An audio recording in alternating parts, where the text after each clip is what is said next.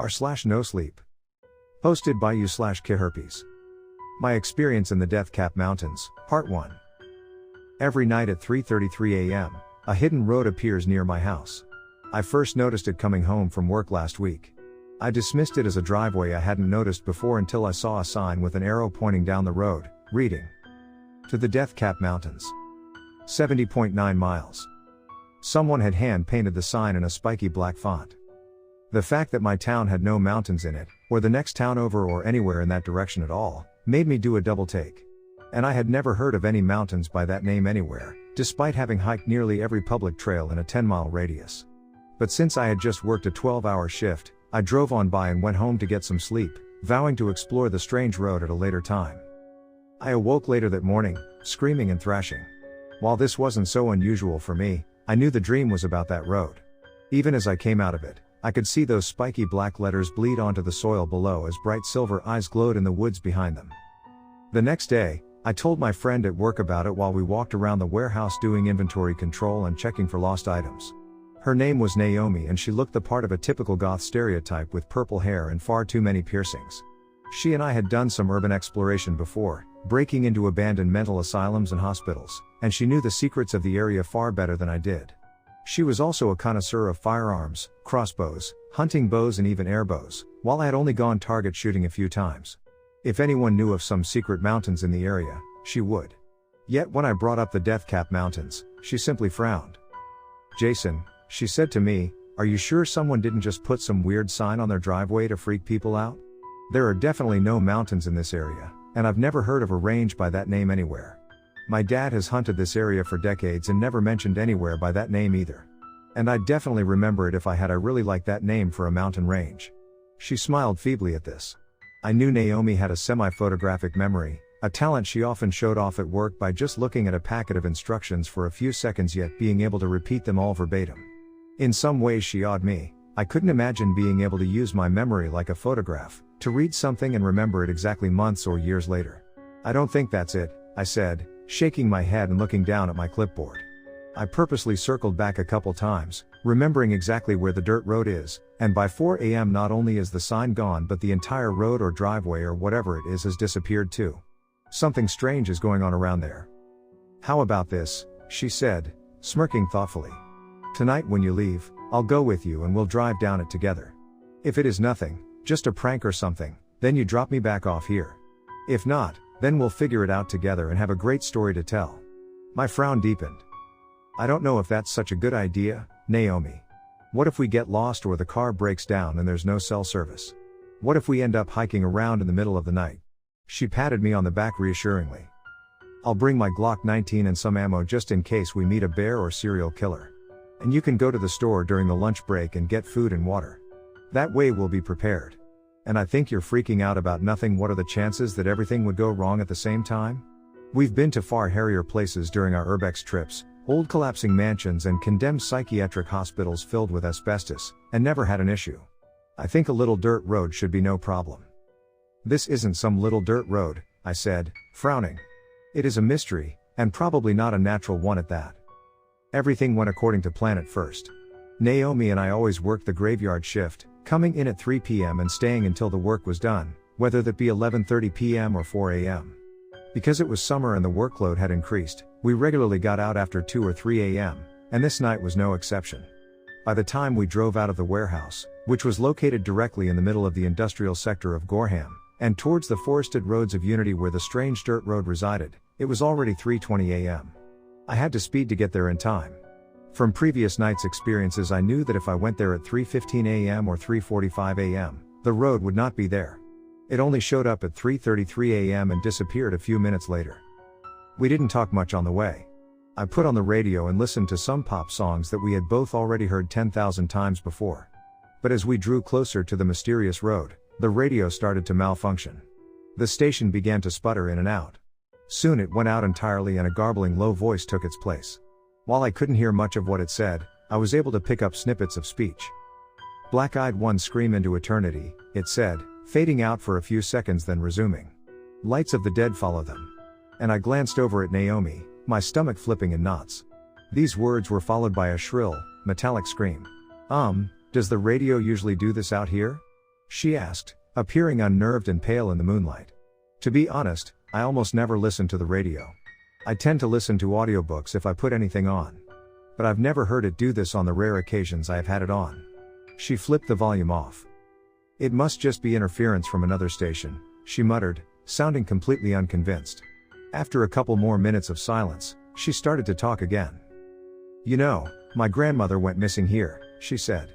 I looked over, surprised. She nodded. She was only 30 years old when it happened, and my mom was just a baby. My grandmother and grandfather had a little cabin out here in Unity, miles from the nearest neighbor. Apparently one night my grandmother couldn't sleep and went on a walk. They tried tracking her and, at first, the police dogs had a strong trail. They followed her along a dirt road that wound around Lake Blykel, but then the tracking dogs just lost her smell at a cliff that went straight up for 100 feet.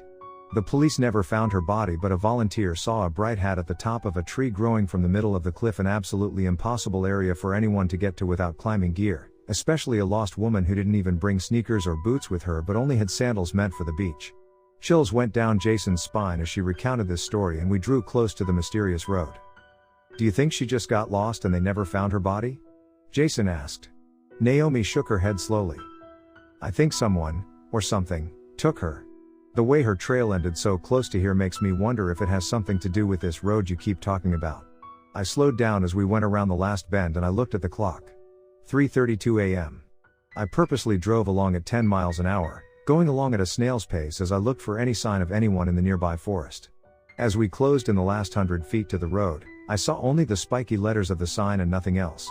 There was very little traffic in Unity even in the daytime, and none at all in the middle of the night. I pulled in front of the sign and set my hazards flashing anyway just in case. Last chance to turn around, I told Naomi. She bit her bottom lip uncertainly, then shook her head. Without another word, I turned slowly onto the dirt road. At first it was rather anticlimactic. Beyond the sign, the road curved to the left and right randomly, and I swung to the sides to avoid large potholes that had grown over the years. Ahead of us, the moon cast an eerie glow on the trees. The smell of pine and moss invaded the car. So far, it just looks like a regular road, Naomi said as I swerved around another pothole. Further up, the road straightened out and I sped up above 30 miles per hour. A sense of anxiety and trepidation rose in my chest, and for a dreamlike moment, I wondered what I was doing out here in the middle of the night. Regular roads don't appear and disappear in the middle of the night, I muttered. Oh my God, look at that, Naomi said, pointing to a brightly lit building on our right. It had a large, professionally made sign on the front lawn that read Visitor Center. A black Ford Taurus was parked in the lot, almost right in front of the sliding glass door, and as I slowed I could see its tires had all gone flat and dirt and leaves had covered its windows. Its tinted windows seemed to indicate it was some sort of government car. The visitor center had large white pillars in front of a glass facade. Windows ran from floor to ceiling and let bright white light spill out onto the darkness of the concrete lot. Behind the pillars on the far left and far right, blood-red recessed walls ran up to a steep rooftop with two Victorian-style turrets on each end. This can't possibly belong here, Naomi said. Unity has a population of, maybe 200 people. There's no way it has enough traffic to support a huge taxpayer-funded center like this in the middle of nowhere. And yet here it is, I said mildly. Let's go see if it's open. Maybe it can answer some of the questions I have about this road. With that, I got out of the car, grabbing my keys, and Naomi followed. I walked towards the sliding glass doors, giving one last mistrustful glance at the dusty run-down car as I passed. The visitor center seemed so well maintained, free of leaves and grime, and the juxtaposition of the junky car and the spotless building unnerved me. I saw Naomi unholster her pistol as we crossed the threshold of the door. With a chill running down my spine, I grabbed the spring assist knife in my pocket, wishing I had something heavier in case of trouble. Without a sound the doors opened and revealed a brightly lit room beyond, stocked with shelf after shelf of canned goods, bottled water, soda and various toiletries. A large banner hung over the room, stating "Welcome to the Death Cap Trail," in dark red cursive letters. From the back of the room I heard a soft sound, like quiet footsteps. "Hello?" I called out loudly. "Is anyone here?" From between two shelves I saw a man appear, and I involuntarily stepped back at his ghastly appearance. His eyes looked sunken and dark, and his disheveled salt and pepper beard had grown below his neck. His hair shone with grease and stuck out in all directions. His white t-shirt was shredded and appeared to have dried blood soaked into it. Worst of all, I could smell him from across the room, a smell like sweat, urine, feces and grease, all rolled into one and left to ferment for weeks. "Oh God," he said in a quivering voice, "are you real?" He slowly moved towards us, and from the corner of my eye I could see Naomi had unholstered her Glock, though she still kept it pointed at the floor. "Last I knew," Naomi said, smirking slightly. "Who are you?" The man didn't appear to hear, but simply continued to exhibit his dissociated 1,000-yard stare. "Have you heard them yet?" he asked, his hoarse voice cracking as he spoke. He looked past us at the sliding glass door.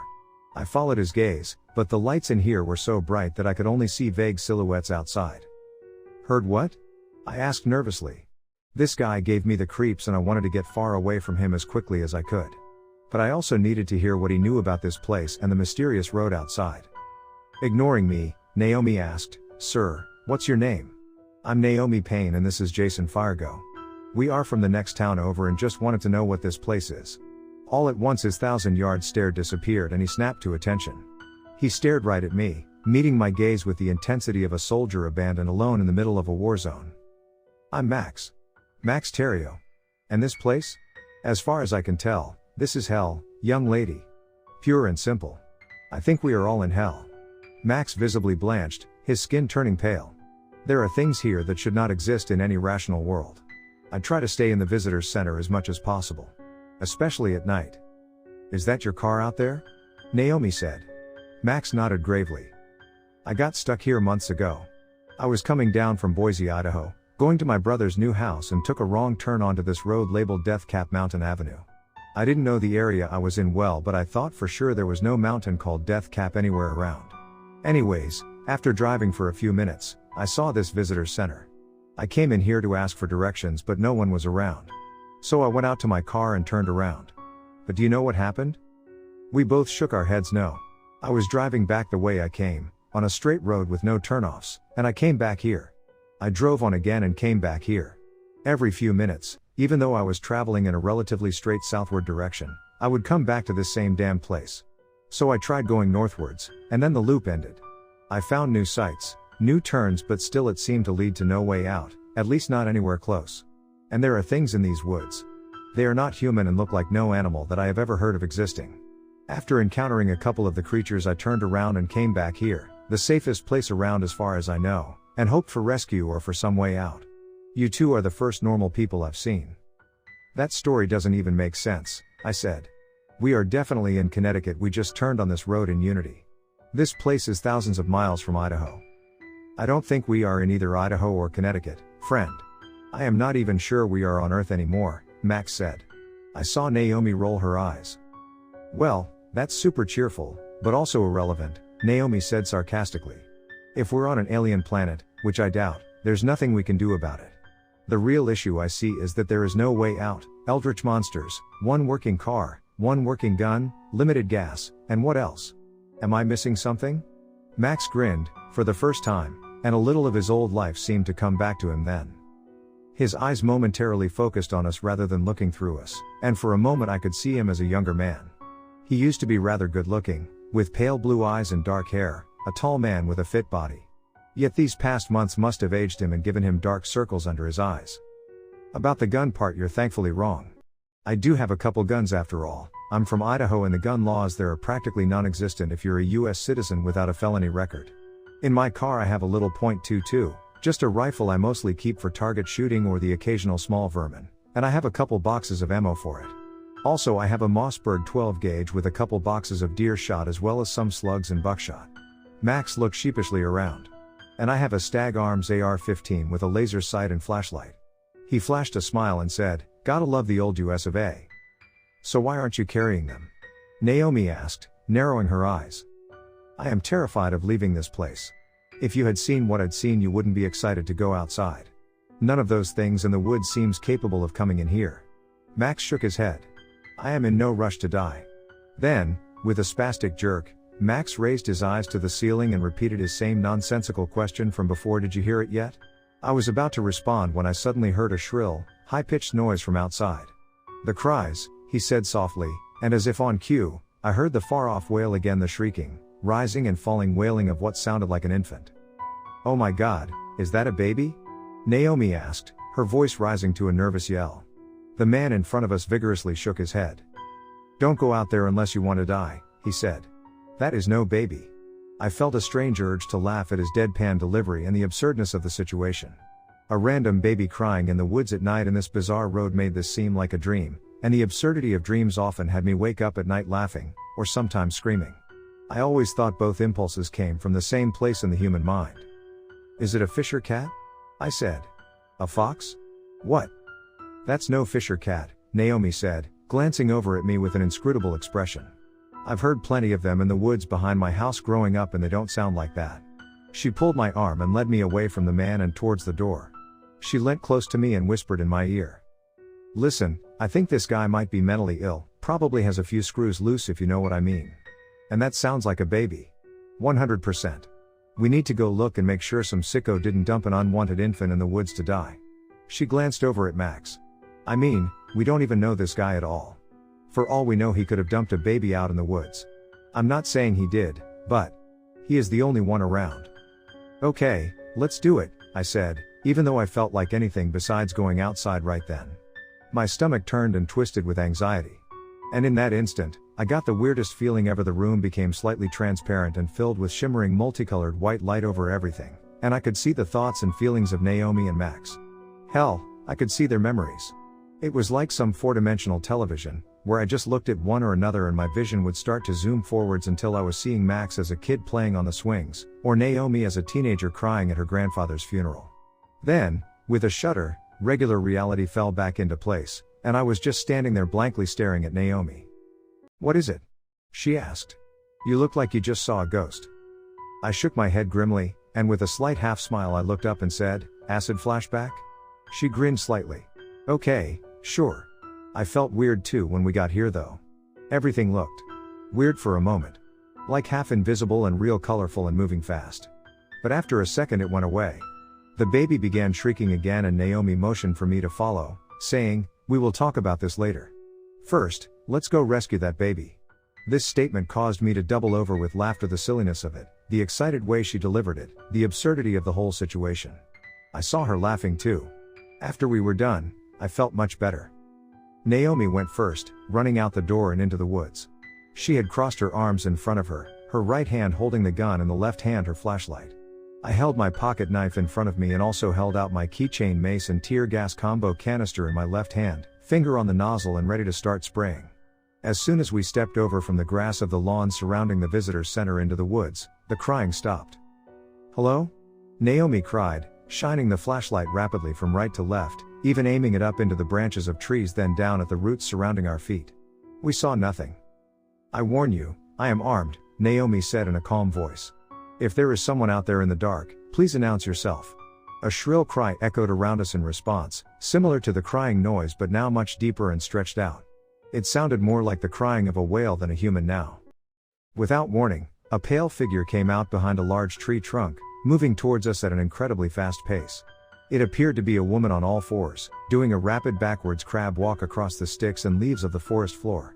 Her back bent at an ungodly angle, and her upside-down face was split into a grin so wide it should have ripped her cheeks. I had heard the expression of someone smiling from ear to ear, but this woman actually was smiling from ear to ear. Too many rotted and sharp teeth poked out from all sides of her grin. Her mouth resembled a shark's with her apparently endless teeth stretching out throughout her smile. Her skin was so pale that I could see veins running under it throughout her naked body, veins that seemed to pump black ichor instead of blood. Her eyes were entirely white with a slight darkening where the pupil and iris should be, as if cataracts or blindness had marred her. Yet she stared right at me. "Stop right there!" Naomi shrieked, and I quickly tried to backstep but tripped right over a root and went sprawling.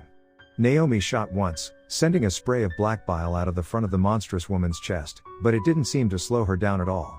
She came at us far faster than any human being could have, gnashing her teeth and leaving behind a trail of disgusting, fetid-smelling ooze as she went. I pushed the spring assist notch to fling the knife blade open. The creature leapt with tremendous speed and came crashing down on me, snapping her unhinged jaw over and over like a rabid dog and driving the knife into her chest as she did so. I saw cracked and broken teeth, far too many of them for a regular human mouth. It seemed like she had hundreds of teeth extending to the back of her monstrously malformed jaw, all of them oozing blood so dark it looked black. As I fell on my back and she landed on top of me, I pulled the knife out of her chest with a wet sucking sound, then stabbed blindly over and over again. The blade tore into her throat and kept her from biting my face off. With all my strength I pushed the knife farther in, until the hilt hit her ashen flesh. Disgusting black blood flooded my face, and I accidentally breathed some into my nose and mouth. It tasted like pure rot, like meat that had been left out under a hot sun for days. I gagged and threw up a small amount in my mouth as she snapped at me, maneuvering her snapping mouth lower despite me pushing against the knife with all my force. With a terrible burning pain, I felt her tear off a piece of my left ear. I screamed as Naomi came running up, put the pistol at point-blank range and fired into the monstrous being's stomach. This caused her to shriek so loud that my ears began to ring, but she did jump off me and began to retreat. Grabbing the police mace, I began spraying the woman in the face. While it didn't stop her from running backwards on all fours, it apparently blinded her as she began shrieking louder and smashing her face from side to side to try to free herself of the noxious chemicals. I sent out a second, longer spray, which made her come to a total writhing stop, twisting on the ground in crippling pain. Unfortunately, some of the aerosolized jet was blown back into our faces by the unfavorable direction of the wind, which had chosen that exact moment to pick up speed. Gagging and covering our faces, Naomi and I began to sprint away as fast as we could from the contaminated area. "Jesus, that hurts," Naomi yelled. With double vision and tears streaming down our faces, we began to run back towards the visitor center. I heard the ogreish woman still stomping around on her hands and feet behind us, but she looked aimless, like a hornet just sprayed with poison. Naomi put her arm through mine to try to steady herself, though it also helped to orient me through this excruciating partial blindness.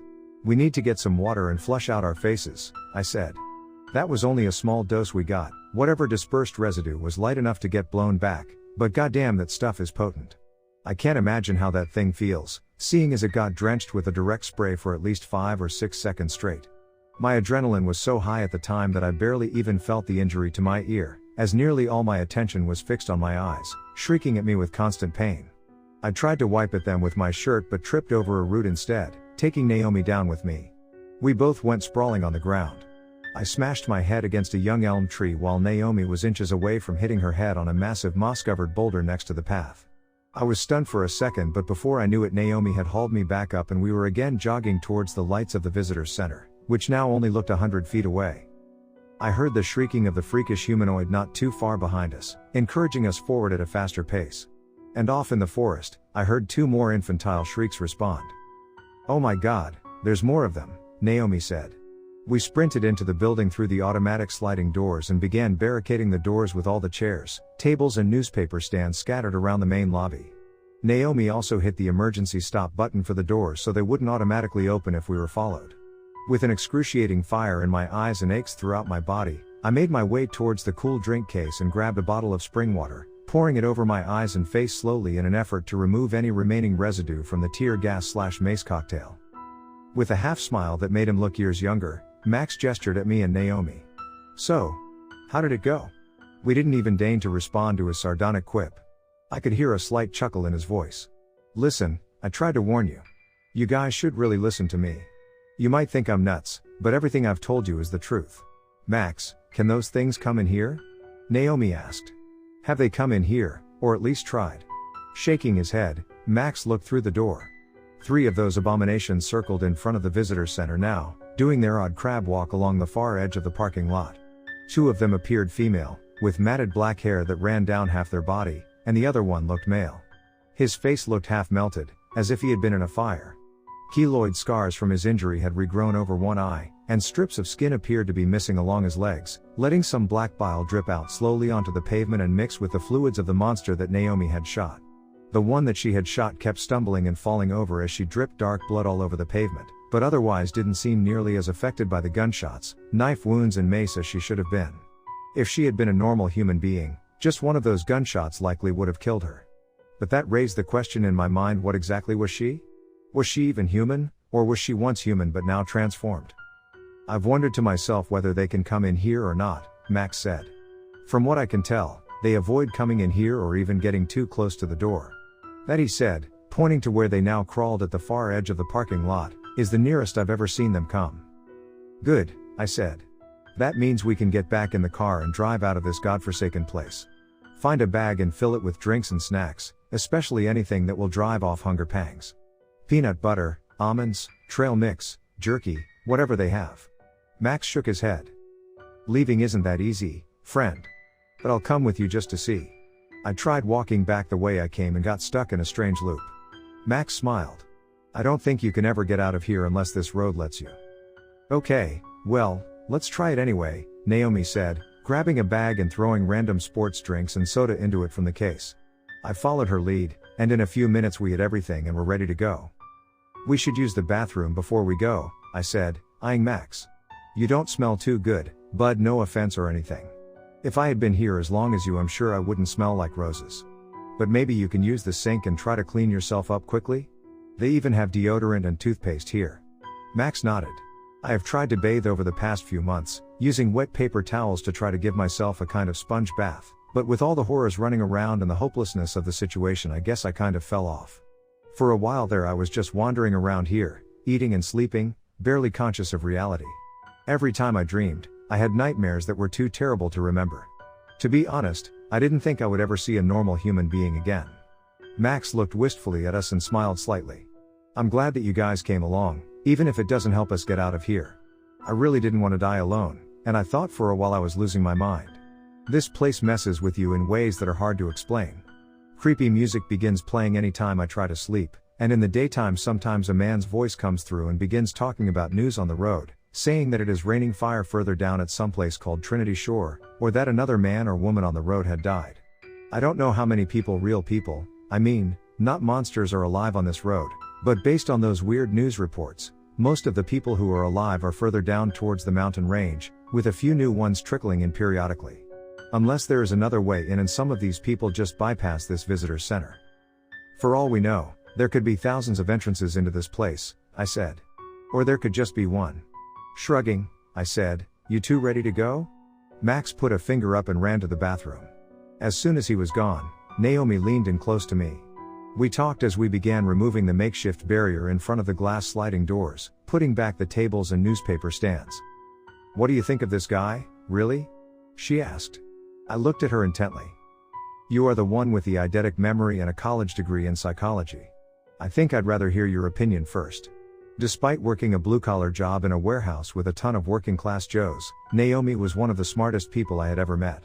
When I asked her why she didn't use her degree, she would shrug and say that she made $60,000 a year here to listen to audiobooks and drive around on a jack. Better the devil I know than the one I don't, she would always say.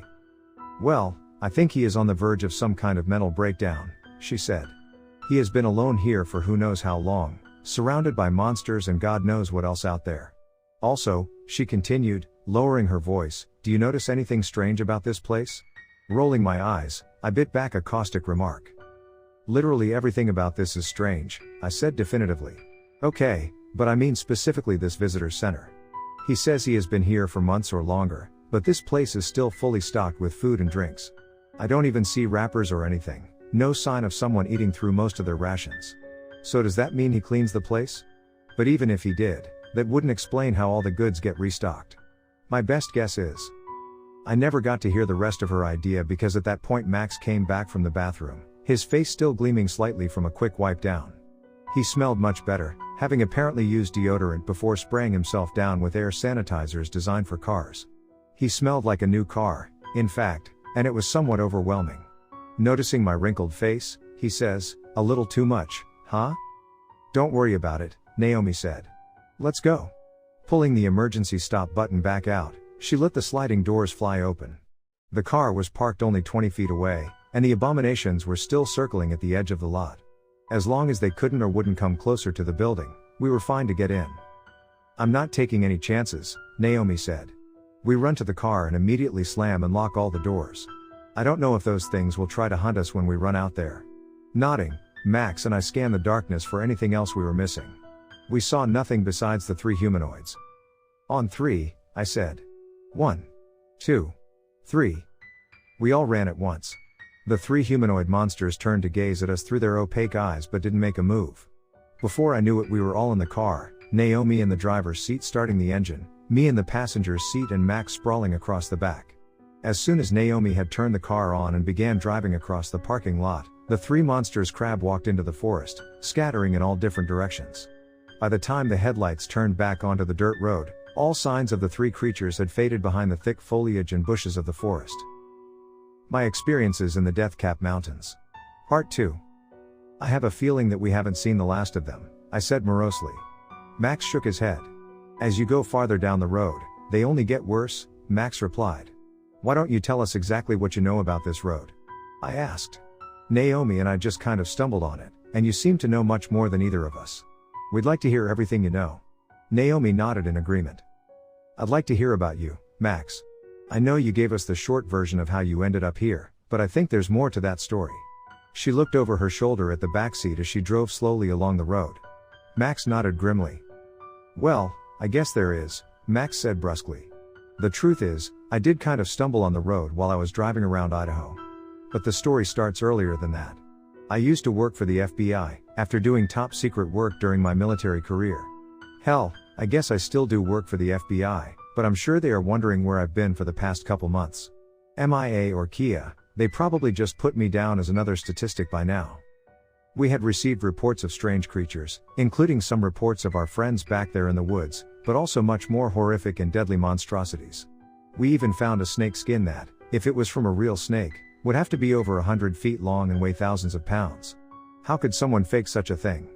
Crop circles are one thing, but creating a fake snake skin 20 or 30 times longer than a human being is quite another. But it wasn't just the reports of monsters. There were also people going missing, certain hotspots spread throughout the country.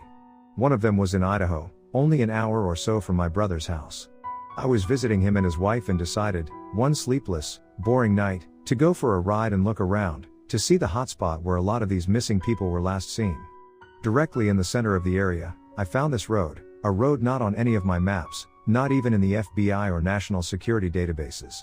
I ran some equipment near the entrance, tried Geiger counters, EMF detectors, anything else I could think of, but nothing anomalous came up. I didn't see anything either, certainly no backwards crawling freaks or magic snakes, else I would have gotten out of their stat. But something about the road in front of me just gave me chills up and down my spine. I could feel the goosebumps rising all over my body, so hard that it hurt my skin. I felt like I wanted to vomit.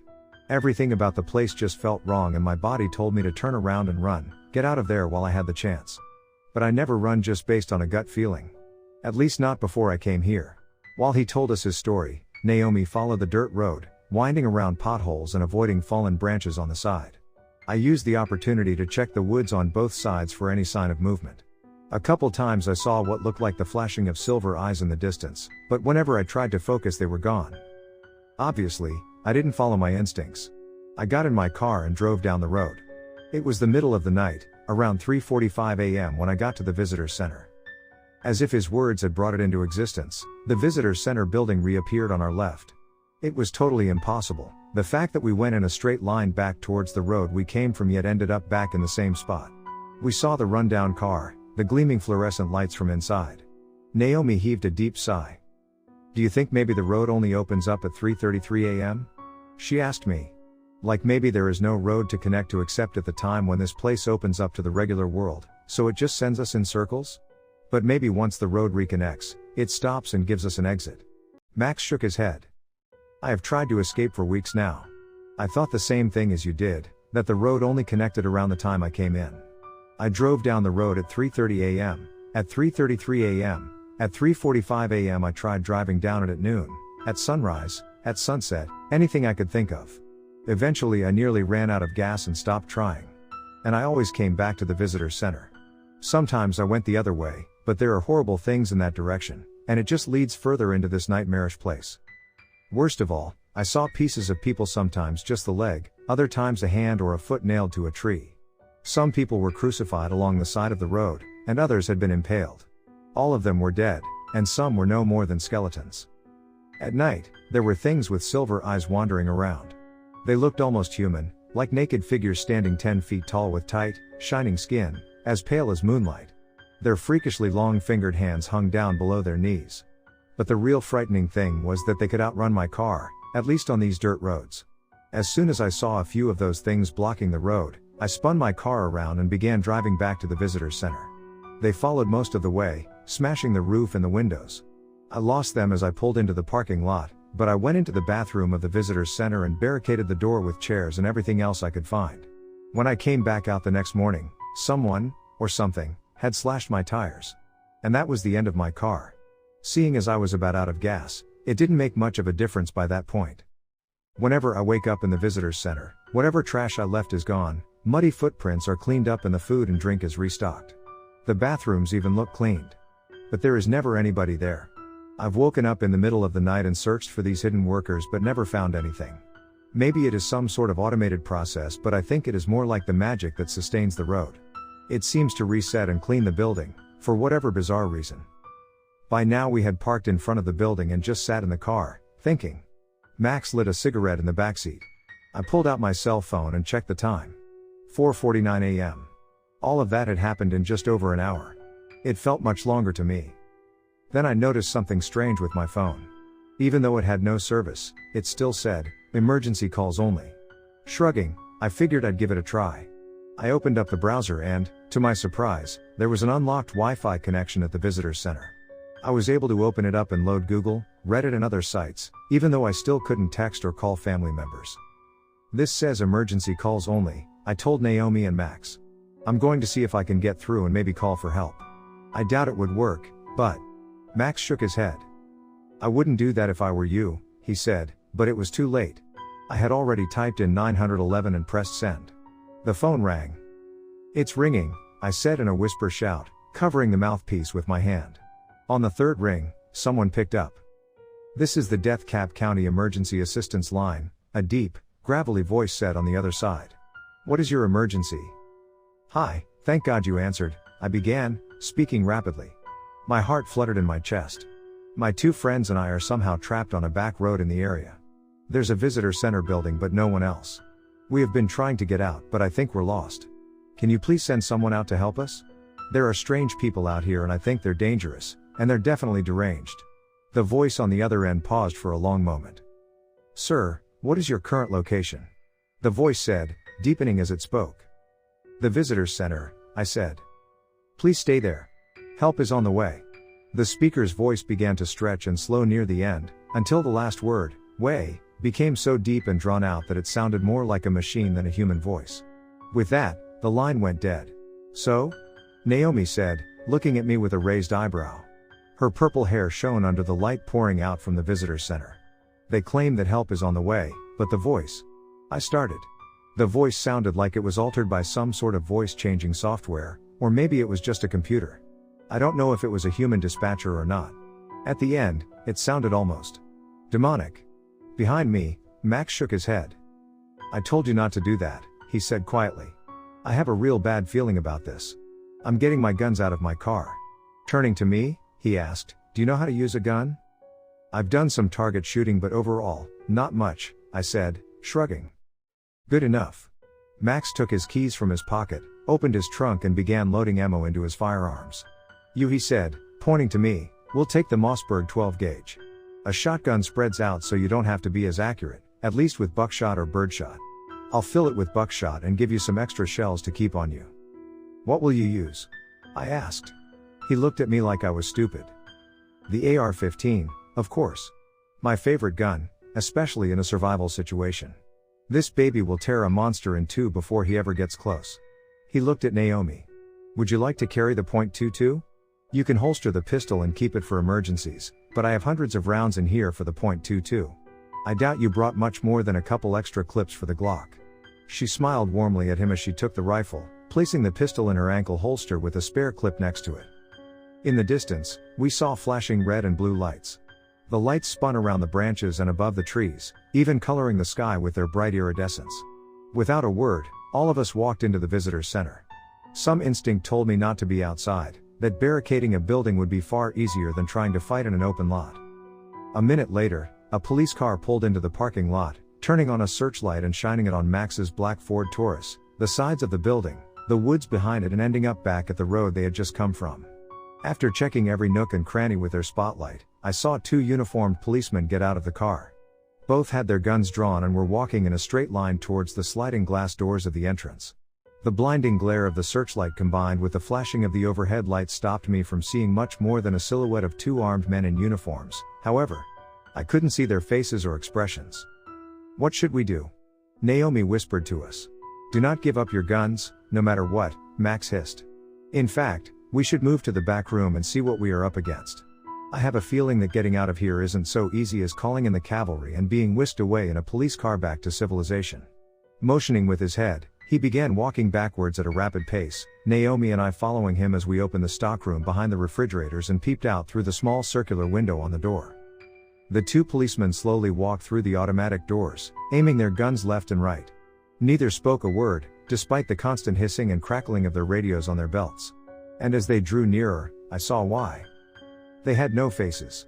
Where their faces should have been was just pure white skin, with no eyes, no mouth, no nose, no ears. I could only tell which direction they were looking, if indeed they could see anything at all, by the direction of their black polished policeman's cap. Their faces seemed to inflate and deflate slightly as if they were breathing through their skin. The white skin rippled smoothly and unnaturally under their caps. What in the hell is that? I hissed out. Max shook his head next to me. They're no friends of ours, I guarantee you that, he said. Be ready to put them down. They are not on our side and will likely blow us away the first chance they get.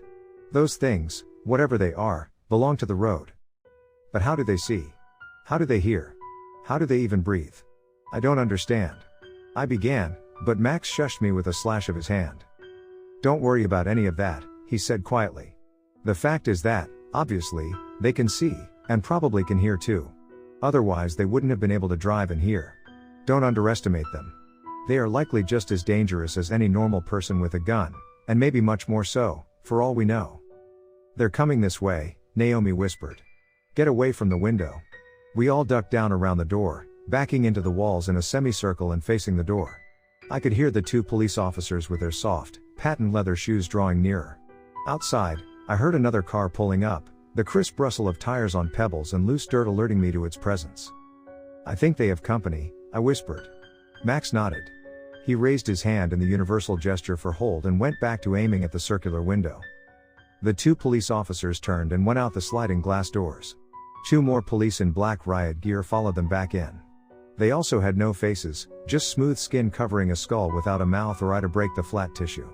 The SWAT police had much heavier guns than the pistols of the first two, as well as tear gas or mace grenades all around their tactical belts. They likely would be much more of a problem in a firefight. I think we need to use the element of surprise to take them all down, Max whispered to us in a low, calm voice. Aim at the two SWAT officers first, then take out the other two. Those M4A1s that the tactical officers are carrying could easily shoot through walls, so we can't take the chance of letting them trap us inside here. They could just blow through the door and walls until we all turn into Swiss cheese. Rising slowly, I peered through the bottom of the circular window. The SWAT officer in front was using rapid hand motions to gesture to the other three, apparently detailing how they should split up and cover the building.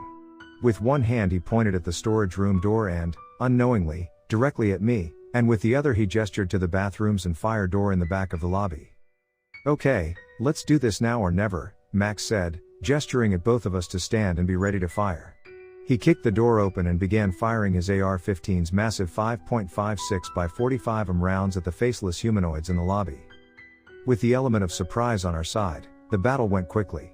Max's first round exploded the bulbous head of the nearest tactical officer, while I fired buckshot at the other SWAT cop. Both fell in a spray of blood. The other two officers tried to retreat behind the aisles holding junk food and snacks, but Max kept firing his AR-15, ripping the aisles apart. I saw one of the regular police try to run, but his legs were cut out beneath him as Max and Naomi fired in tandem towards his legs and torso. The other faceless cop army crawled under the line of fire and raised his gun at us from his prone position on the floor. Look out! I screamed, ducking back into the inventory room. I heard a gunshot and a scream of pain.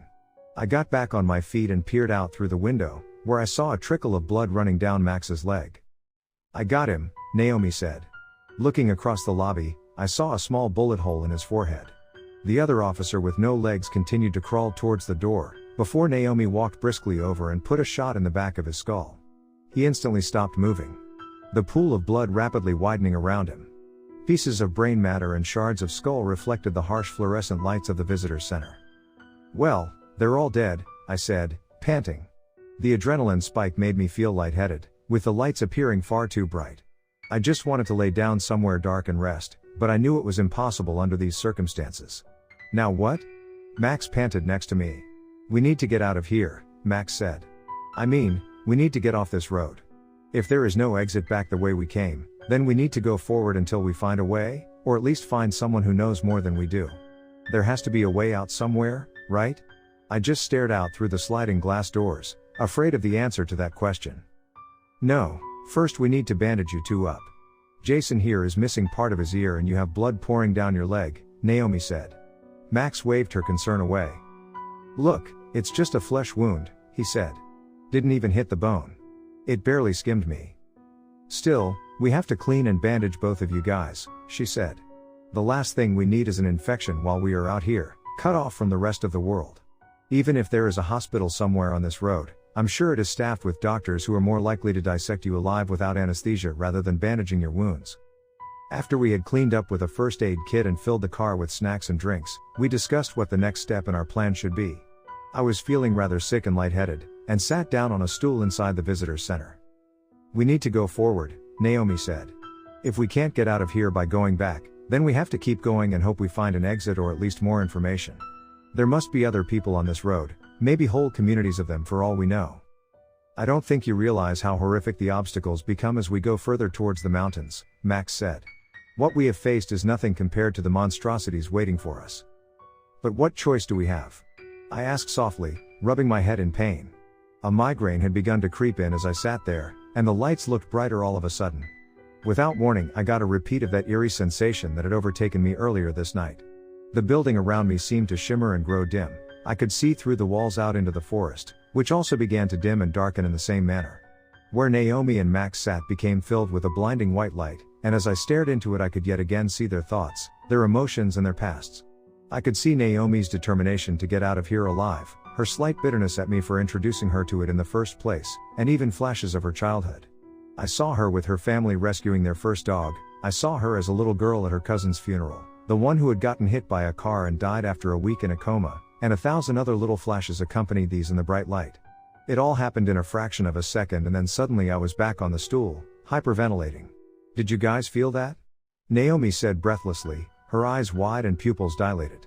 It felt like everything just kind of melted away and was replaced by white light? I asked. She nodded mutely. Max just stood in shock, glancing around. His Teflon agent persona had finally been pierced by some of the weirdness on this road. But he quickly regained a hold of himself. That's not the first time that's happened to me, said Max, but it disorients me every time. I don't know if it is some kind of drug in the water here, or some residual effects of being around this kind of alternate physical existence. Don't let it bother you, however. If there are beings in charge of this kind of lunacy, they are probably trying to throw us off our game and prevent us from ever escaping. I nodded. Max stopped speaking for a moment, staring thoughtfully in the distance before sighing. I'm going to type out what happened and release it to the internet before we go anywhere, I said. I doubt we will have regular access to the internet throughout this. We all agreed to take a short nap and relax while I wrote this up and posted it. If you don't hear from me again, it means we didn't make it out. My experience in the Death Cap Mountains. Part 3. I awoke after a few hours to find Max and Naomi standing over me. The air felt chilly. I looked around quickly and saw we were still in the back room of the visitor's center, the door propped open to allow a view of the front sliding glass door. Nothing seemed amiss, though someone had certainly cleaned up. The floor even looked swept and mopped. What time is it? I asked in a gruff voice. 7 a.m., Max answered. I looked out the glass door in front in surprise. Then why is it pitch black out? They looked at each other and shrugged. I got up, my back cracking. I felt wiped out and sore. I felt cold and uncomfortable. Most of all, I wanted to go back home and be done with this whole ordeal. My curiosity had been sated, forever. All right, let's do what we are going to do, Naomi said, motioning with her head towards my little Toyota. We still have a nearly full tank, thank God.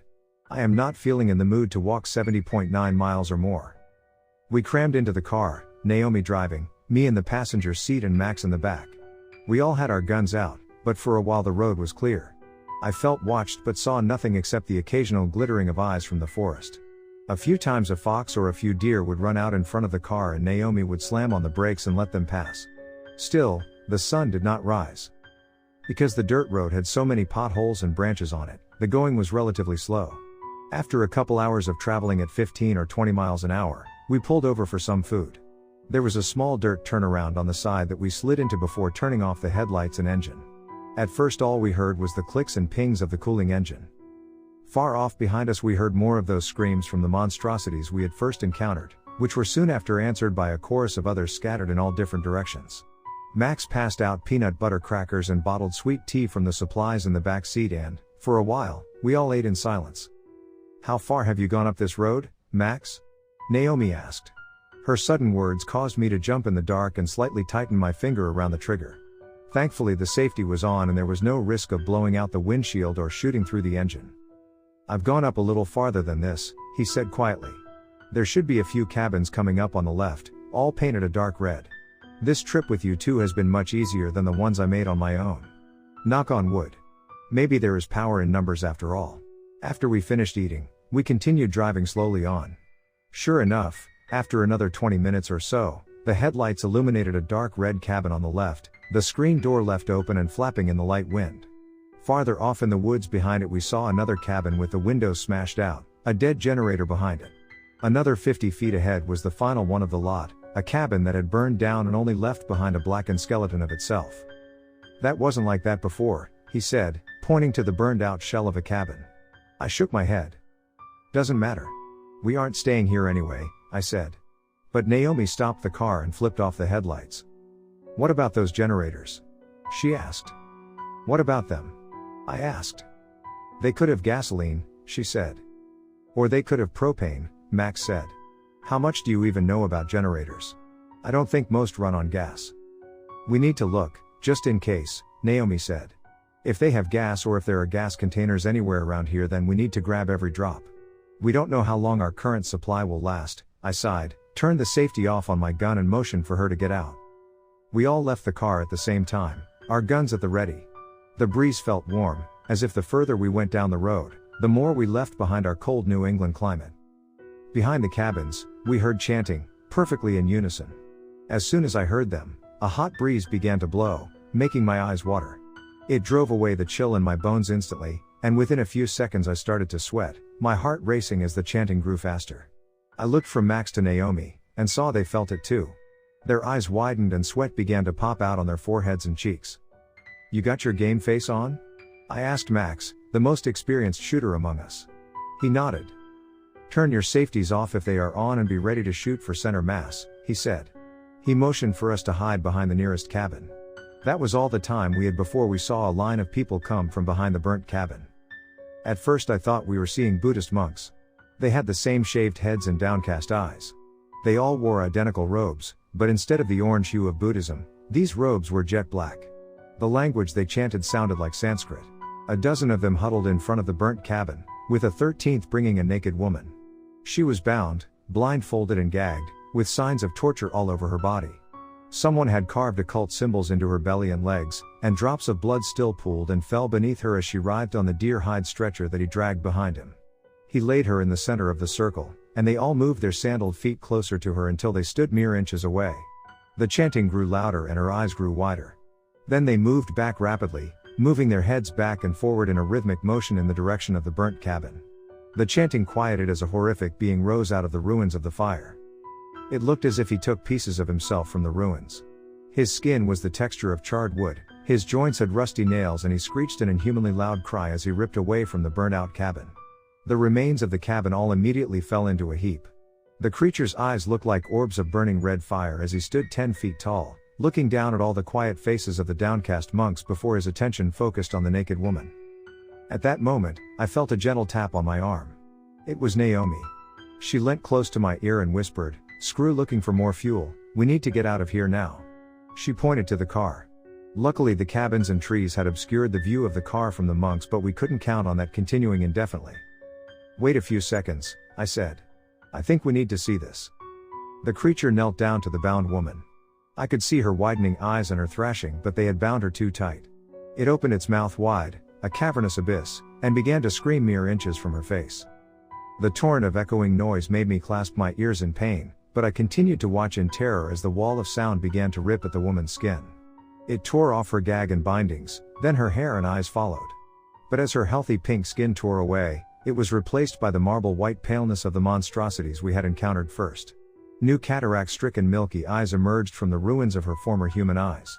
Simultaneously, her mouth ripped from ear to ear in a terrifying smile. Hundreds of crooked teeth seemed to grow from her gums as she gnashed at her tongue, finally chewing it off and spitting it on the ground in a bloody heap. In this entire transformation, the black-clad monks never moved but simply stared, impassive. Rising from her spot on the ground, she began walking on all fours, crab-walking backwards. Her joints cracked and her tendons creaked as her black hair dragged on the leaves behind her. Then she scurried off into the woods, towards the direction we had come. "Another guard for the sacred forest," the tallest monk said, stepping forward. His bronze skin reflected the moonlight as he stared up at the creature. "Jason," Max whispered in my ear, "we need to go right now." I nodded and we began to silently slink back to the car, keeping the cabins between us and the monks as much as possible. None raised the alarm as we reached the car and very gently closed the doors, trying to avoid slamming them. Naomi started the engine. I held my breath, praying no one would hear the doors close or the engine start. My prayers apparently failed, because a few moments later, the red-eyed monster came sprinting out from between the three cabins, looking frantically around before seeing our car and galloping towards us. Naomi hit the gas and the car jumped forward. Max sat in the back seat, holding his AR-15 on the back seat cover so he could begin filling the creature with bullets if it came too close. At first it gained on us, even with the accelerator pressed all the way down. The car hit a massive pothole and Naomi instinctively braked and swerved, allowing the charred arm of the creature to come down and rake the back windshield. It exploded inwards, peppering Max with safety glass. Max fired rapidly out the back window. I saw the long arm of the creature explode as it reached towards us, then its fiery red eyes fell into 100 pieces as a bullet caught it directly in the middle of its head. The rest of its body immediately started decomposing, thousands of pieces of small ash and larger charred wood being blown in the wind until it disappeared like a disintegrating mirage. "Oh my God," I said, breathless, "that was a close one." Max looked forward at me, still as cool as a cucumber, without a drop of sweat on his forehead. "Don't you ever get frazzled, Max?" I asked. "I've seen a lot in my time as an agent," he said. "It takes a lot to rattle me." "Well, we didn't get any more fuel," Naomi said, "but I think we learned something integral back there. Apparently there are people here raising at least some of these creatures. Maybe some sort of cultists. But how did they get here? And how did they not get ripped apart by the monsters in these forests?" I asked. Naomi shrugged. "If I had to guess, maybe they have some sort of sigil or marker. And they sounded like they were speaking in some sort of ancient Indian language, maybe Pali or Sanskrit, or perhaps another Proto-Aryan dialect. That could indicate that they are following something ancient, as those were the ancient sources for most of the chants in Theravada and Mahayana Buddhism.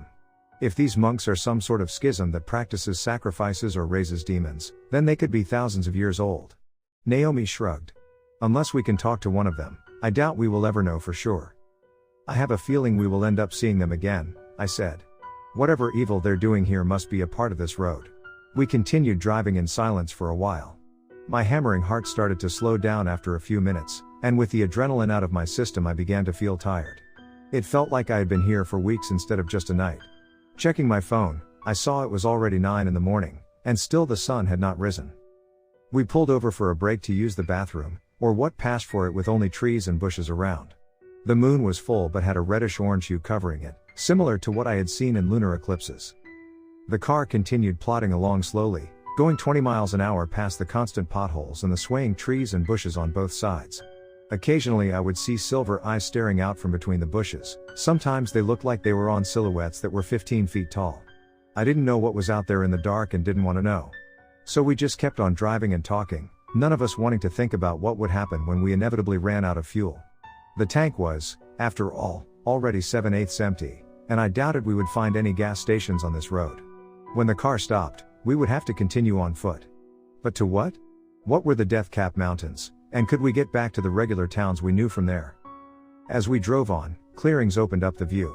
Many miles in the distance I could see the silhouette of dark mountains that stood high overhead. There was also what appeared to be a radio or phone tower not far away. My phone had no service, but as we drew near, a weak wireless internet network appeared on my phone under the name Emergency Services 772. After 15 minutes we saw it next to the road, with a dirt turnaround in front of it. It had stairs going up in a helix on the edge of the tower. The Wi-Fi was too weak to get a connection down in the car. "I want to go up the tower," I said. "Maybe we could see further down the road, and hopefully even get some internet." I want to write an account of what we have seen in case we never make it home. Seeing as the visitor center could connect to the internet from the real world, I think the wireless connection here might be able to also. Max consented with a grunt, but Naomi seemed unsure. Is it really worth it? And even if we do contact people on the other side of the barrier, what if it just encourages someone to come looking for this road? We could be responsible for their death, Naomi said. Maybe, I said. Maybe that's why they leave internet connections throughout the path. It could just be a way to trap new people who think this is just some fake story. I frowned. But we have to try. If even one person could be warned away, we have to try. With that, I got out of the car and approached the metal staircase. I heard Max and Naomi follow me. The stairs seemed to rise 15 stories in the air, a circular pattern that hugged the 3 thick metal poles that rose into the air. Looking down, I could see all the way to the bottom through the metal vents that composed the staircase. It did not inspire confidence. Every time I looked down, my stomach would flip and a shot of adrenaline would reach out to the very tips of my fingers and toes. I had never liked heights. There was a thin steel banister that ran on the inner dimension of the stairs, and I gripped it the entire way up until my knuckles were white. I counted the steps to take my mind off the height, but lost count after around 1,700 stairs. This was, by far, the highest tower I had ever been on. Nevertheless, we ended up getting to the top without any issue. I checked my phone and, to my relief, I did have full Wi-Fi access now. But the light from my phone illuminated something far less cheerful across the observation deck. 10 black, twisted fingers held to the side of the deck, as if someone was hanging by the tips of their fingers there, 15 stories in the air. My heart leapt into my throat as I realized that whoever was there must have been hanging since at least before I got there. "Hello?" I asked, drawing nearer. There was no response, not even a breath or a sigh. As I drew closer, I saw the nails were long, twisted and sickly looking. They looked like they had dried blood and dirt shoved underneath them, debris which had festered for months into a black goo. Something in my gut told me to avoid the fingers. I went 10 feet to the right, as wide a berth as I could give them, and looked over the railing to the thing hanging below. With a glance back, I saw that both Max and Naomi had stopped at the top step, sensing danger and refusing to come up to the observation deck with me until they understood what was happening. The moonlight illuminated the thing's shiny black skin, which glinted like the carapace of a beetle. Its arms were far too long for a human being, looking more like a chimpanzee in its proportions. Its pure white eyes stared over at me for a moment before it shrieked and began swinging over to me, one hand over the other, and tried to pull me over the side. I fell back with a cry as its fingers swiped the air mere centimeters in front of my shirt. If it had grabbed me, I know without a doubt I would be dead. I fell down to the observation deck, looking through the metal grating down 15 stories and feeling like I would vomit from terror at any moment. Thankfully at that moment, Max ascended the last step and took aim with his rifle. He hit the creature directly in the center of its chest, sending it flying backwards. 4 or 5 seconds later, I heard a heavy thud as it slammed into the hard dirt and rocks below. I tried to get back to my feet, but first, I threw up through the metal vents. My heart was beating so fast that I thought it would explode. I focused on my breathing and slowly calmed myself down. Naomi had brought up some water and protein bars. We sat and ate and drank in silence as I wrote this up and posted it. In the distance, I could see the massive mountains beckoning me on. From up here, they looked so close that I felt I could jump from here to there with long enough legs. But of course, it was just an optical illusion, as they still had to be at least 20 or 30 miles away. I traveled on the Death Cap Mountain Road and found a town full of cannibals. Part 4. As the sun rose, we walked down the 15 stories of thin metal stairs. The radio tower had given us a good view of the Death Cap Mountains, and I had seen what looked like a small town between us and the nearest peak. Despite Max having been trapped here for months, he had never been this far down the road. There was one couple that went as far as the town and returned to the visitors center, he told Naomi and me. They said there were horrible things there, things that looked like regular American people but weren't. They had a dog with them, and when they returned, the dog was gone. Apparently the people in the town had stabbed it to death and eaten it raw right in front of them, and it was only that distraction that allowed them to get away at all. They owed their life to that dog. So where'd they end up going? I asked, curious. Well, they waited for night and tried returning, said they planned on driving through the town as fast as they could when those things were sleeping, if indeed they slept at night. I never saw or heard from them again. Max shrugged, his worn button-up shirt looking loose on his body. He had apparently lost a lot of weight since first being trapped here. Maybe they made it out. People seem to think there's an exit down the road, somewhere in the Death Cap Mountains, but I don't know where they heard that or how they figured it out, seeing as no one has ever come back as far as I know. Maybe it has something to do with that white light feeling we were getting earlier, Naomi said. I swear I could see your thoughts and memories, Jason. Some of yours too, Max. And there was a feeling of immense peace and weightlessness, as if I knew everything would be alright, even despite all these abominations and our probable impending deaths at the hand of some cultists. As if speaking it had brought it to life, I got hit with another blast of that energy. My vision turned white, and I heard a voice like rushing water booming through my head. It didn't speak in English or in any other human language, but I understood it completely in my heart nonetheless. To this day, I don't know if it was an angel or God or just some hallucination, but it was one of the most profound and bizarre experiences of my life. You will find solace at the clearing at the end, it said, shaking my entire body. I saw huge white auras around Max and Naomi that vibrated, and as their eyes widened in shock, I realized they could feel it too. Luckily we had reached the bottom of the tower, or all three of us might have tumbled down the stairs in surprise. There is an evil here, the one who brings the dead lights and infects those he stole, but your purity is stronger. Don't be afraid, even though not all of you will survive this. This is what the path has been leading to the path of your entire lives, and not just these roads of dust and dirt. As the voice faded, the white light started to fade too, and my vision returned to normal. I felt a deep thrumming throughout my body, like a high-tension wire that got jolted with way too much electricity. But it felt good, somehow powerful and right, as if I had been waiting for that contact my whole life and never realized how much I was missing. There was another aspect to it, though, a feeling that an impending evil was waiting for me, knew exactly where I was and was expecting me. I could almost see the face of that evil, in a psychic sense, like it was standing right behind me and staring into my mind.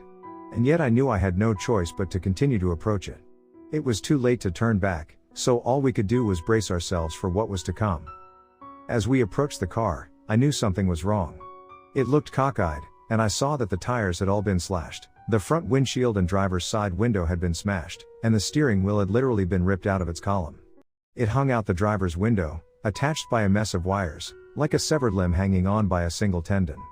All three of us stopped in our tracks, mouths open and eyes wide as we surveyed the damage. As usual, Max recovered first and spoke in his direct way. "Well, I guess we're walking," he said, a bit of amusement in his voice. It was inevitable anyway. It will take longer and we certainly won't be able to carry as much as we could in the car, but it might also be quieter and allow us more time to see upcoming dangers, I sighed in exasperation. The ammo and all the water seem like the heaviest parts, I said. We need to decide how much we can split up between the three of us, and whether there are fresh streams of water we can trust. If there are, we can carry much less water and just refill the bottles on the way. If the beginning of the mountain is only 20 miles or so, which is what it looked like from the top of the tower, I think we could do that in a day, assuming we can walk about 3 miles an hour with all the equipment and guns. And that means, Naomi said, her face gaining a sour and unhappy expression, we need to camp out. It's already 11 a.m. now, and by the time we get all this crap together it will probably be noon. We have no tent, no sleeping bags, nothing. Ah, you kids, Max said, laughing. You don't need a damn tent and sleeping bag just to sleep outside. Our ancestors survived for hundreds of thousands of years without tents and sleeping bags. Plus, it looks like there is some sort of town up ahead, about halfway to the mountains. We could just stop there for the night. So that was our plan. We ended up filling canvas bags and backpacks in the trunk with as many provisions as we could carry and headed out. The sun shone brightly without a cloud in the sky and the wind blew lightly. I had a light jacket on but had to remove it, due to all the ammo, food and water weighing me down, not to mention the gun I carried. After a few hours of walking along the road, the forest started to open up and high cliffs surrounded us on both sides.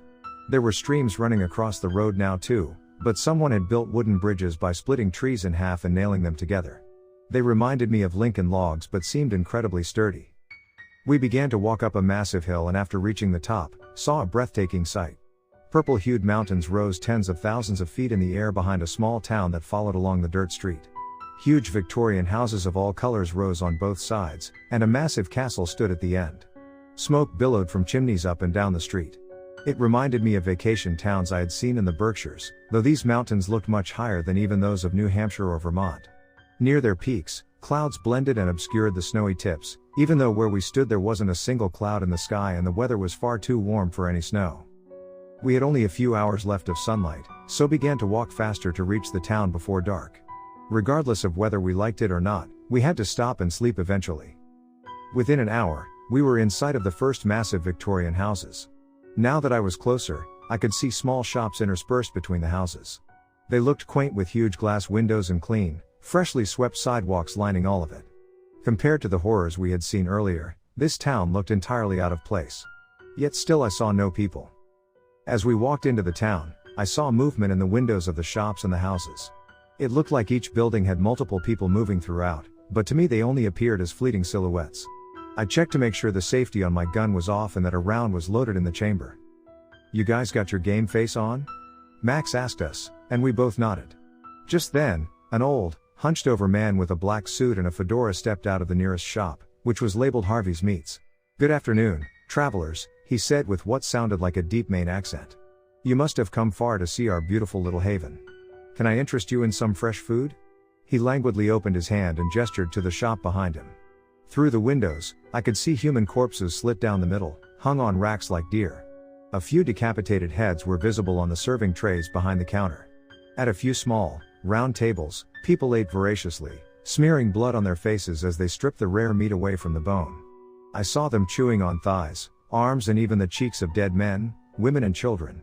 Their eyes were wide and staring, and they ate as if they had been starved for years, throwing the bones in the corner as they finished and grabbing another heap of human meat from the table as soon as they were done. "Get back, old man," Max said, raising his AR-15. I also raised my shotgun and aimed at his center mass, ready for any tricks. "Naomi, keep watch behind us." I saw Naomi turn to make sure no one came from our backs as Max and I kept a close eye on this strange man and his shop of cannibals. "My name is Harvey," he said, pretending to not even hear Max's threat. He inched closer to us, using a cane to support most of his weight. He couldn't have been more than 4.5 feet tall, a diminutive and slow figure, but still my instincts told me we were all in danger. "I am the mayor of our little town, which we call Death Cap's Haven. No one passes through here without my permission, I'm afraid." He looked genuinely sorry at this, his smile turning into a slight frown. "Old man, where have all these people come from?" Max asked, taking the leadership role as he did naturally as a former federal agent. "How did you build this town here? And where is the way back?" Questions, Harvey said, giving us a wicked grin but answering none of them. In the silence, I could hear the smacking of lips and the rending of flesh as the cannibals in the shop continued to eat faster and faster. "I have a question of my own, if you don't mind. Are you ready to die?" With those words, all the silhouettes I had seen in the houses and shops began moving faster, and people started pouring out of the doors. The cannibals, with blood still dripping down their chins and staining their shirts, burst forward from the shops. The townspeople stood arranged behind Harvey in a triangular shape, with him as the head, with every one of the hundreds of eyes on us. "We have company behind us, too," Naomi said, and I turned and saw black-clad cultists coming out of the woods. There were dozens of monks, dressed to look similar to Buddhist monks but with jet black robes instead of orange. She raised her gun at them but didn't fire. All the newcomers formed a semicircle around us, staring with hatred and anger at our presence. "Well, it looks like the party's all here," Harvey said, laughing a dry, dusty laugh that chilled me to the bone. The only possible exit we had was the door to the meat shop, which was only blocked by a couple of people. But going backward or forwards was, for now, impossible. Max looked at me, motioned to the door, and nodded. Grabbing Naomi's arm, I pulled her and we all began to run as fast as we could towards the door to Harvey's Meats. Max raised the gun, firing at a blood-stained cannibal who lunged at us. I raised my Mossberg and shot another cannibal who was sprinting towards Naomi with a rabid look on his blood-covered face. The smell that hit us when we entered the shop was overwhelming, indescribably horrible. I have never smelled anything like it, and I never hope to. It smelled like a combination of meat that has been left out to rot for weeks, feces, thyme, rosemary, mint and cooking beef. I gagged a bit in my throat as Max and I dragged a table in front of the door, turning it on its side and wedging it under the door handle. "Oh God, the smell," Naomi said, gagging slightly. The townspeople began to smash at the large, plate glass windows that lined the front of the shop. We saw that the shop continued behind the counter and all three of us ran at once, with Max taking the rear and keeping his gun pointed backwards. I heard a smashing sound and then the tread of dozens of heavy feet. In the back of the shop was a kitchen area lined with cages on one side. In them, naked, shivering children looked at me, still alive but looking half-starved. Their cages were lined with feces and urine, and they yelled at us for help as we ran past. A back door opened out onto the forest, and Naomi smashed through it as fast as she could. I ran behind her, grateful to be out of the stench of the area, but the townspeople caught up with Max and began to grab him.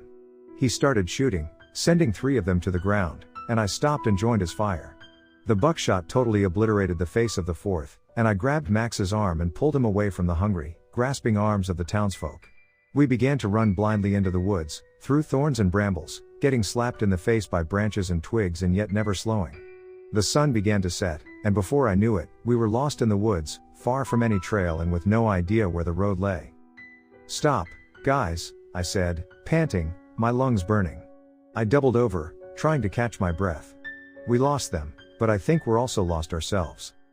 "Oh God," Naomi said, "did you see those kids in the cages? I think they're planning on eating them." "I guess it's their form of veal," Max said dryly. Naomi looked at him, horrified. "Is that your idea of a joke? We need to get those kids out of there," she responded. "Look, Naomi," I said, "we don't even know how to get ourselves out of here. I don't even know where the hell we are. We need to find our way back to the road. So much for stopping to rest in the town." My stomach rumbled. We all decided to sit down and eat some chips and protein bars, chug a couple bottles of water, and try to come up with a plan. As we ate in silence, we began to hear singing and humming coming from a couple miles off. It sounded like the townspeople had gathered on the road and began to celebrate. We followed the noises back towards the town, using our flashlights to navigate the thick brush. By the time we ended up near the road, we were behind a large Victorian house, much farther into the town than we had originally started. It had a large porch in the back. I tried the door but it was locked, so Max came up and kicked it in with one booted foot.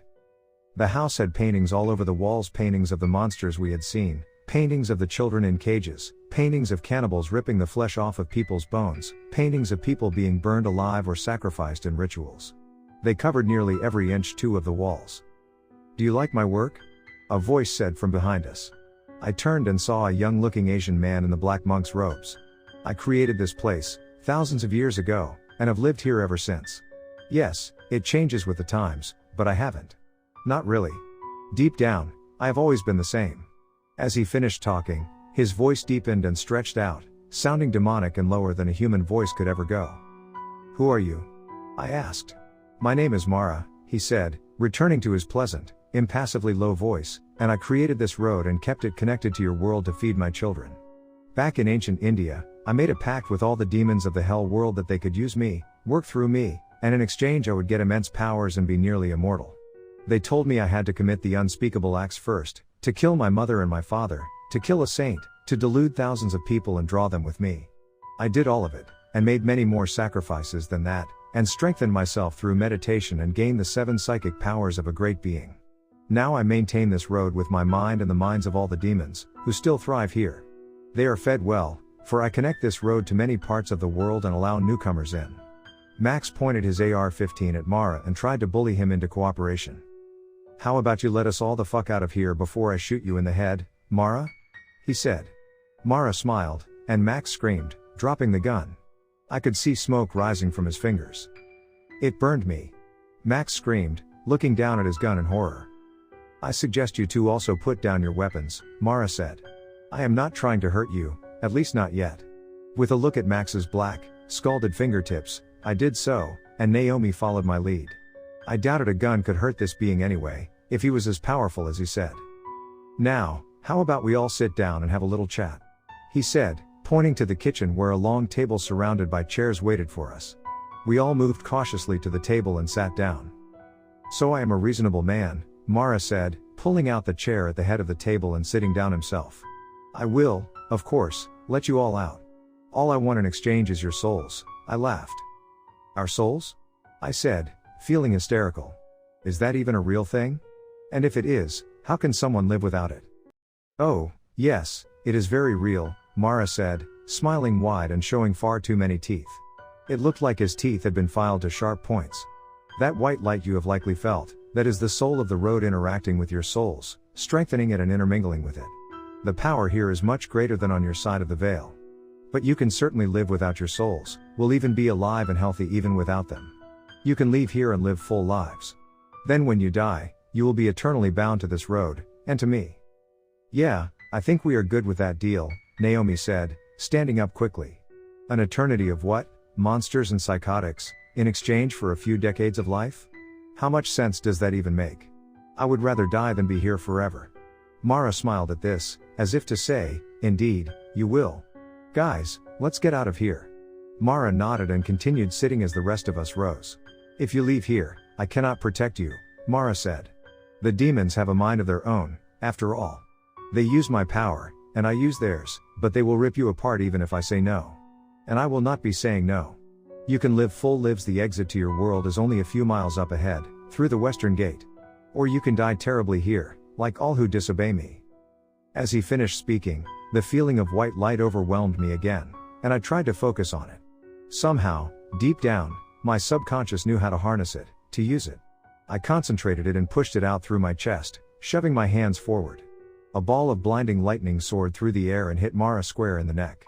His impassive, cold smile quickly fled his face and he fell back, screaming. Run, I said, and we all went out the front door. Mara's house was near the end of the town, the penultimate building behind a huge stone castle. The castle dwarfed all the houses and shops of the town, seeming to stand 20 stories tall with turrets and spires rising from all sides of it.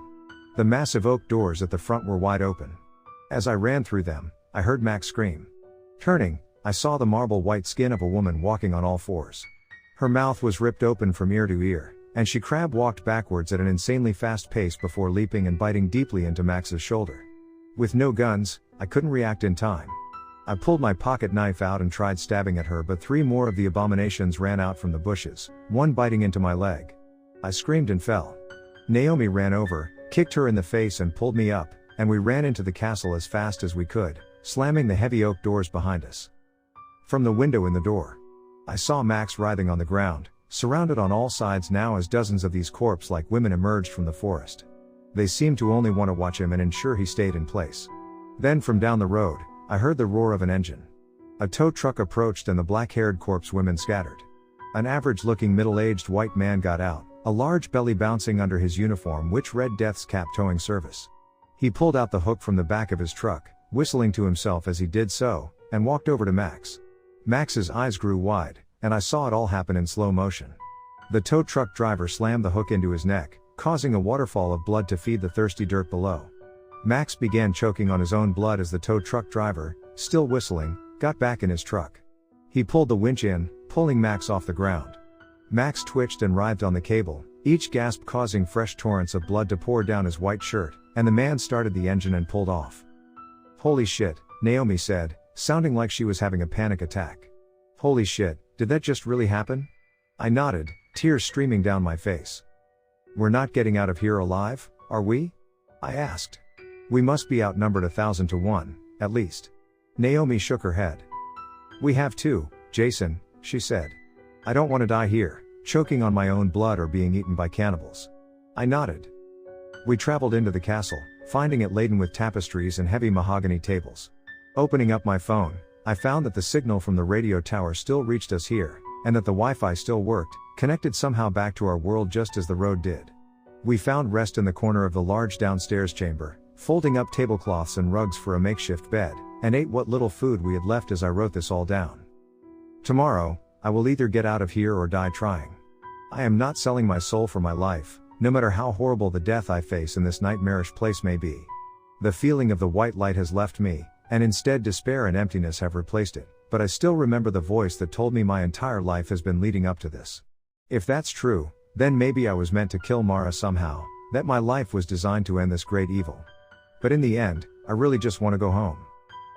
I traveled on the Death Cap Mountain Road and encountered an ancient evil. Part 5.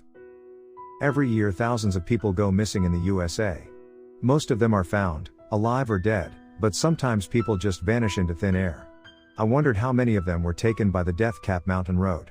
I wondered where they had taken the children in cages in the butcher shop from, whether Mara sent his monks or monstrosities out of the connections to our world to grab innocence and return, having new bodies to feed these demonic abominations and new souls to draw into himself. Naomi and I awoke in the corner of the main chamber of the castle, having fallen asleep from pure exhaustion after seeing Max brutally murdered and dragged off by a tow truck. I looked out the window and saw near total darkness outside. Yet further down the road, I could make out the flickering of fires where the direction of the town full of cannibals lay. I squinted my eyes, looking closer at the horrific sight that lay ahead of me. The white bodies of the crab-walking women, their grins splitting their skin wide open from ear to ear and their milky eyes staring forever up in bestial incomprehension, formed a perfect symmetrical circle around the fire. In the middle of the circle, a massive thin beast covered with leathery, black skin roasted Max's body over the fire. I saw Max's clothes catch fire, his eyes starting to melt out of his skull as his skin roasted. Even from over here, I could smell the aroma of burning meat, almost like the smell of pork roasted over a fire. It made me gag. The creature holding him had a jaw that unhinged down to its chest, like a snake about to swallow a creature much bigger than itself. Its leathery skin clung to every bone of his 15-foot-tall body, silvery eyes shining out from an otherwise dark face. Instead of having teeth, it just had one gargantuan rotted tusk, forming a grooved triangular marking the size of a sword.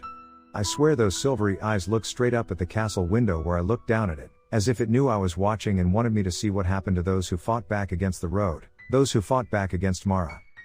As Max's body sizzled and his skin blackened over the raging bonfire, the beast holding him reached his long, slender fingers into his body and ripped off pieces of it, tossing them in the air. The crawling women acted like rabid coyotes, biting at each other and snapping the human flesh from the air before it ever got the chance to hit the ground. Within minutes, nothing remained of Max, even his burnt clothes had been totally consumed by the crawling abominations. I turned to Naomi, who had watched the entire sad scene next to me without saying a word.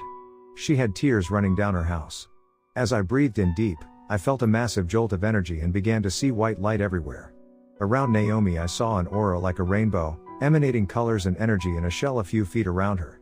I looked down at my hands and saw the same rainbow aura around myself. Blues, reds, purples and greens shimmered in intense iridescent layers. Focusing on it, I formed the edges of my aura into a ball in my mind and shot it across the room into a table. I could see the burning white ball of consciousness as it flew at an insane speed across the castle chamber. As soon as it touched the table, there was an intense flash and the wood lit like it had been doused with gasoline and ignited. Naomi looked at me in puzzled silence. "Now you try," I said, pointing to a nightstand at the entrance to the hall. She breathed in deep, closed her eyes and sent a jagged pulse of light across the room. The nightstand exploded, showering us both in tiny shards of wood and leaving little droplets of blood around some of the splinters embedded in our skin. But I was so excited, I didn't mind.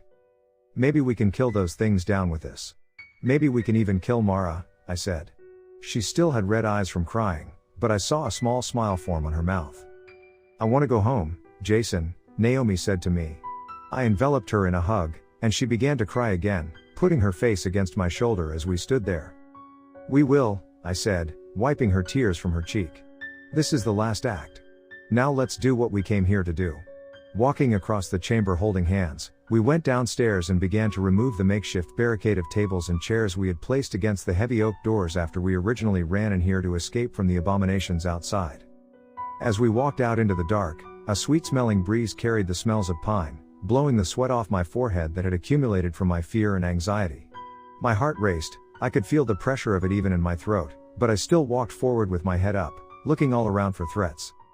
We walked around the castle on the forest edge, eschewing the dirt road entirely for now. That tall creature and those crawling corpse women were not far away down towards the town, and we didn't want to risk any light giving away our positions. As we snuck forward, I began to hear voices ahead of me. One of them I recognized as the soft, unemotional voice of Mara, a slight Indian accent marring his otherwise perfect grasp of English. "You made me a promise," Mara said softly.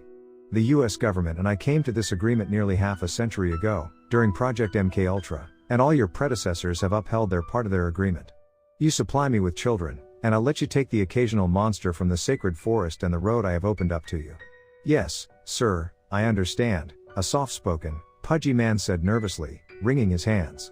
"The CIA knows how essential you were to advancing our understanding of cell regeneration and psychic research. Your creatures have given us nothing but knowledge and helped us win the war against our enemies. So I know you are due your wages, but the amount of children you now request from us is likely to draw attention. Only so many children can be kidnapped from the foster systems of the United States before someone starts to realize that they're vanishing and never being seen again. We have given you hundreds of children, but this new request for 1,000 a year is..." He shook his head. "I don't know if it is within our capabilities. We may be able to supplement our normal quota by kidnapping the children of illegal aliens, but you don't understand the political atmosphere right now. The ACLU or some nosy reporter will eventually start putting things together if it gets too big. The US government is involved in this thing, Naomi whispered to me. How messed up is that? I wonder if they're the ones who brought those kids in the cages here, to be eaten by the cannibals back in that evil little town of theirs. I think that's exactly what is going on, I said, lowering my head. The whole thing made me feel sick to my stomach, and I feared I might vomit right here and draw the attention of the ancient being dressed like a black-clad monk. I wondered if my white light projections could harm Mara, though I had a feeling that my new powers were given to me by the road, and if the road truly was maintained entirely by his mind, then he must be far more powerful than I could ever comprehend, less likely to fight back against. I will lead you out, I heard Mara saying to the CIA bureaucrat, as he motioned him down the road away from us. I sneaked a peek from behind the castle wall and saw Mara leading the man up the road towards the nearest mountain. The sun had started to rise and showed the fields at the end of the town were totally covered in white mushrooms. Do you know what those are? I asked Naomi, pointing to the mushrooms. She squinted and smiled. Yes, I have some memory of mycology books I've read. Those are definitely toxic amanita mushrooms, usually called death caps. Some of those in the other patches are probably dying angels. They are the two most deadly mushrooms known to humanity, causing an excruciating and slow death from liver failure. There's so many of them, I said, awed. The fields stretched out for what seemed like dozens of miles, and were totally covered in death caps and dying angels as far as the eye could see. I guess we know where the road gets its name. These endless fields of poisonous mushrooms. Yes, Mara said, stepping out from behind the nearest tree, smiling softly at us. He had come around the side of us while we were watching the road and talking. The death caps were the final part of the rite that helped me create the road, long before there were cars to drive on them. 2,500 years have passed since I started out on this path, killed my father by skinning him alive, then burned my mother alive. He stared far out in the distance, his black eyes looking flat and alien. I couldn't see much more than a spark of humanity in this figure before me. How they cried, how they screamed. I remember my mother's eyes as she looked at me, dying in agony, betrayed and frightened. That level of psychic energy, well, it is indescribable. More powerful than any drug imaginable. It is like being electrocuted by pure pleasure and power, Mara said, running his hand over his shaved head. When I ate the death cap and went into the deepest caverns, I was more powerful than I had ever imagined possible. The mushrooms killed my human form slowly, but the pure consciousness that exited from the top of my head at the moment of death was deathless, and so luminous. It shone out a light so bright that it punctured holes in reality, and these holes connect this road I created over the centuries to your changing world to this moment. I took Naomi's hand. Ready? I whispered to her. She nodded grimly.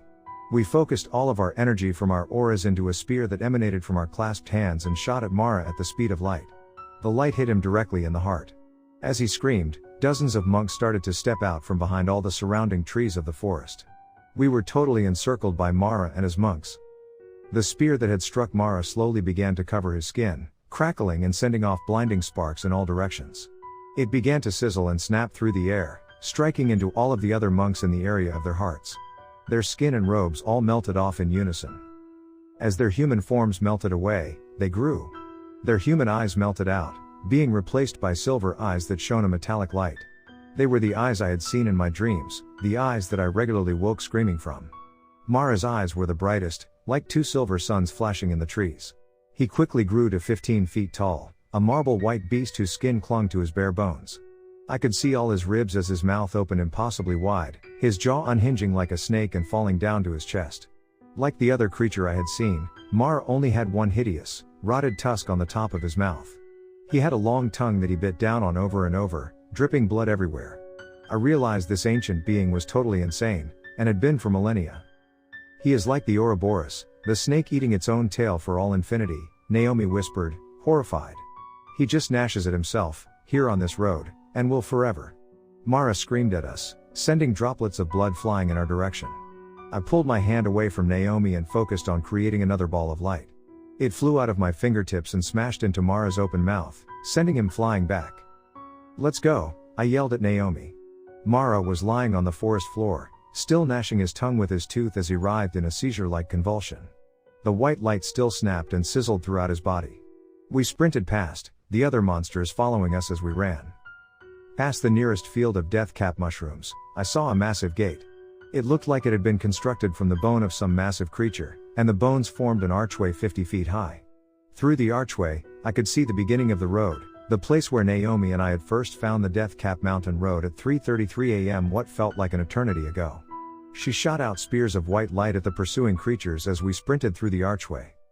Suddenly, we were just standing at the spot where the road had originally been, but there was nothing there. We had no car, we were both disheveled, cut up, my ear was missing, but we were here nonetheless. There were only a few evergreens where the road had stood. We looked around, realizing it was dawn and that a car was driving down the road, probably some local from the town of Unity on their way to their job. We flagged down the car and they called 911. Both of us were taken to the hospital and our cuts and injuries were attended to.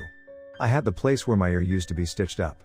The police were extremely interested in what had happened to us, but remembering what I had heard from the CIA man on the road, I just made up a story about a bear attack. Naomi followed my lead. Now I'm back home, writing this story up on my bed. I've been out of the hospital for a few days now, and physically I'm healing fine. I don't know what to tell Max's family, and that keeps me up at night. I want to give them closure, but who would believe me? They would think I was some sicko making fun of a good man's mysterious disappearance. Though keeping me up at night sometimes helps, because I'm afraid to sleep. During my dreams, all I can see is silver eyes, and I still wake up screaming every night. I have a feeling I will one day see Mara again, and I don't think next time I will be so lucky to survive.